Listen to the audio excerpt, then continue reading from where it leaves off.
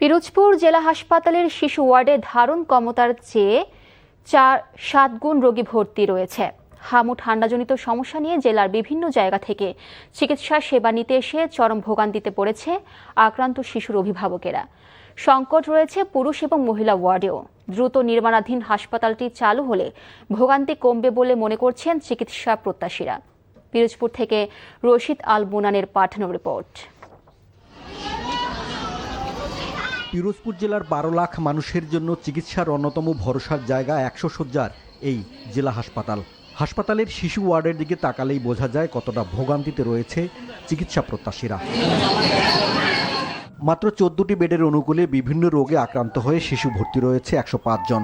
এদের মধ্যে 42 শিশু হামাক্রান্ত হয়ে চিকিৎসা নিচ্ছেন। এছাড়াও ডায়রিয়া, নিউমোনিয়া এবং জ্বরে আক্রান্ত হয়ে 63টি শিশু চিকিৎসা নিচ্ছে। এছাড়া মহিলা ওয়ার্ডের 36টি বেডের অনুকূলে ভর্তি রয়েছে 63 রোগী, আর পুরুষ ওয়ার্ডে 30টি বেডের অনুকূলে ভর্তি রয়েছে 70 জন।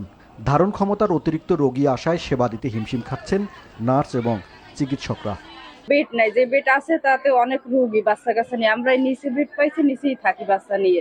শ্বাসের দোষ, খুব কষ্টে বুঝে আসছি এখানে, বাইরে থাকি বারান্দে, কিন্তু সিট পাইতেছি না। এই রোগী চতুর্পাশে রোগী থাকার কারণে আর যারা আসছে তারা আরো অসুস্থ হয়ে পড়তেছে। এই মুহূর্তে অনেক বেডের প্রয়োজন। সেবা দেয় আমাদের জন্য কষ্টকর। এই যে যারা নিউমোনিয়া নিয়ে আসে, কাশি নিয়ে আসে, নিচে থাকলে তাদের ঠান্ডাটা আরো কমে না, বরঞ্চ বাড়ে। তো আমার মনে হয় এই জন্য একটু যদি বেডে থাকতে পারতো বা বেড সংখ্যা বাড়তো তাহলে আরো সুবিধা হতো আমাদের। 100 শয্যার হাসপাতালে সব মিলিয়ে প্রায় 3 গুণ রোগী ভর্তি রয়েছে। বেড সংখ্যার পাশাপাশি সংকট রয়েছে চিকিৎসকেরও। হাসপাতালে 62 জন চিকিৎসক থাকার কথা থাকলেও কর্মরত আছেন মাত্র 15 জন। পর্যাপ্ত পরিমাণ হামের রোগী প্রতিদিন বাড়তেছে এবং সাথে সাথে ডেঙ্গু রোগীর সংখ্যাও বাড়তেছে। দুইটা কন্টাজিয়াস ডিজিজ একসাথে বাড়ার কারণে আমাদের রোগীর সংখ্যা বৃদ্ধি পাচ্ছে। সেই তুলনায় আমরা চিকিৎসা সেবা দিতে মোটামুটি হিমশিম খাচ্ছি।